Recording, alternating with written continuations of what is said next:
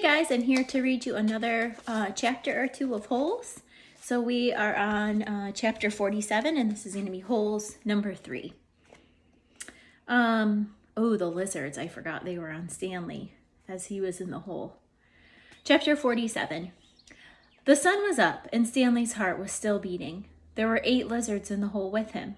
Each one had exactly 11 yellow spots.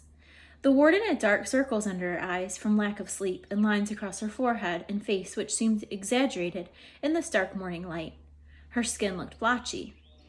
"Satan," said Zero. Stanley looked at him, unsure if Zero had ever spoken or if he'd just imagined it. "Why don't you go and see if you can take the suitcase from Zero?" the warden suggested. "Yeah, right," said Mr. Sir. "The lizards obviously aren't hungry," said the warden. "Then you go get the suitcase," said Mr. Sir. They waited. "Satan Lee," said Zero. Sometime later, Stanley saw a tarantula crawl across the dirt, not too far from his hole. He had never seen a tarantula before, but there was no doubt what it was. He was momentarily fascinated by it, as its big, hairy body moved slowly and steadily along. "Look, a tarantula," said Mr. Sir, also fascinated. "I've never seen one," said the warden. "Except in..." Stanley suddenly felt a sharp sting on the side of his neck. The lizard hadn't bitten him, however. It was merely pushing off. It leapt across Stanley's neck and pounced on the tarantula. The last Stanley saw of it was one hairy leg sticking out of the lizard's mouth. "Not hungry, huh?" said Mr. Sir. Stanley tried to return to the snow, but it was harder to get there when the sun was up. As the sun rose, the lizards moved lower in the hole, keeping mainly in the shade. They were no longer on his head and shoulders, but moved down towards his stomach, legs, and feet. He couldn't see any lizards on Zero, but believed there were 2 between Zero's knees, shaded from the sun by the suitcase. "How are you doing?" Stanley asked quietly. He didn't whisper. His voice was dry and raspy. "My legs are numb," said Zero. "I'm going to try to climb out of the hole," Stanley said. As he tried to pull himself up, just using his arms, he felt a claw dig into his ankle. He gently eased himself back down. "Is your last name your first name backwards?" Zero asked. Stanley looked at him in amazement. Had he been working on that all night long? He heard the sound of approaching cars. Mr. Sir and the warden heard it as well. "You think it's them?" asked the warden. "It ain't Girl Scouts selling cookies," said Mr. Sir. He heard the cars come to a stop, and doors open and shut. A little while later, he saw Mr. Pendanski and 2 strangers coming across the lake. One was a tall man in a business suit and a cowboy hat. The other was a short woman holding a briefcase. The woman had to take 3 steps for every 2 taken by the man. Stanley Yelnats," she called, moving out of the way of the others. "I suggest you don't come any closer," said Mr. Sir. "You can't stop me," she snapped, then took a second glance at him, wearing pajama pants and nothing else. "We'll get you out of there, Stanley," she said. "Don't worry." She appeared to be Hispanic, with straight black hair and dark eyes. She spoke with a little bit of a Mexican accent, trilling her R's. What in the tarnation?" the tall man exclaimed as he came up behind her. She turned on him. "I'm telling you right now, if any harm comes on him, we will be filing charges not only against Miss Walker and Camp Green Lake, but the entire state of Texas as well. Child abuse, false imprisonment, torture."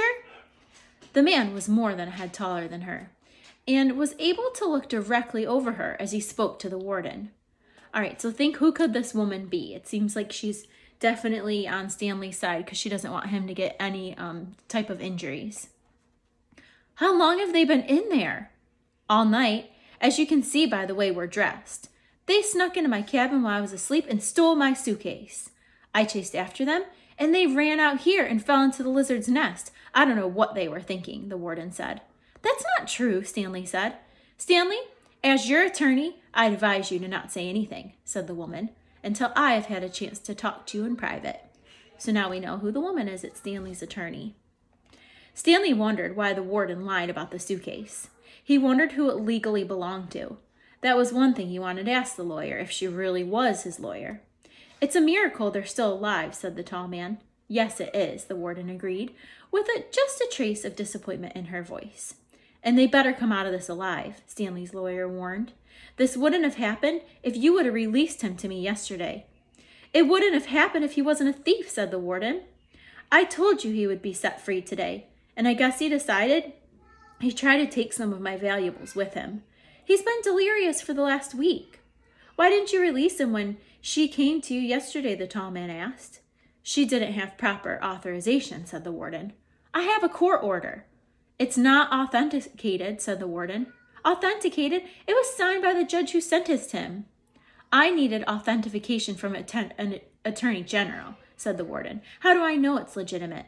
The boys in my custody have proven themselves dangerous to society. Am I supposed to just turn them loose anytime somebody hands me a piece of paper? Yes, said the woman, if it's a court order. Stanley had been hospitalized for the last few days, the warden explained. He's been suffering from hallucinations and delirium, ranting and raving. He was in no condition to leave. The fact that he was trying to steal from me on the day before his release proves... And she's totally lying, right? Stanley tried to climb out of the hole, using mostly his arms, so as not to disturb the lizard so much. As he pulled himself upward, the lizards moved downward, keeping out of the sun's direct rays. He swung his legs up and over, and the last of the lizards hopped off. Thank God! Exclaimed the warden. She started toward him, then stopped.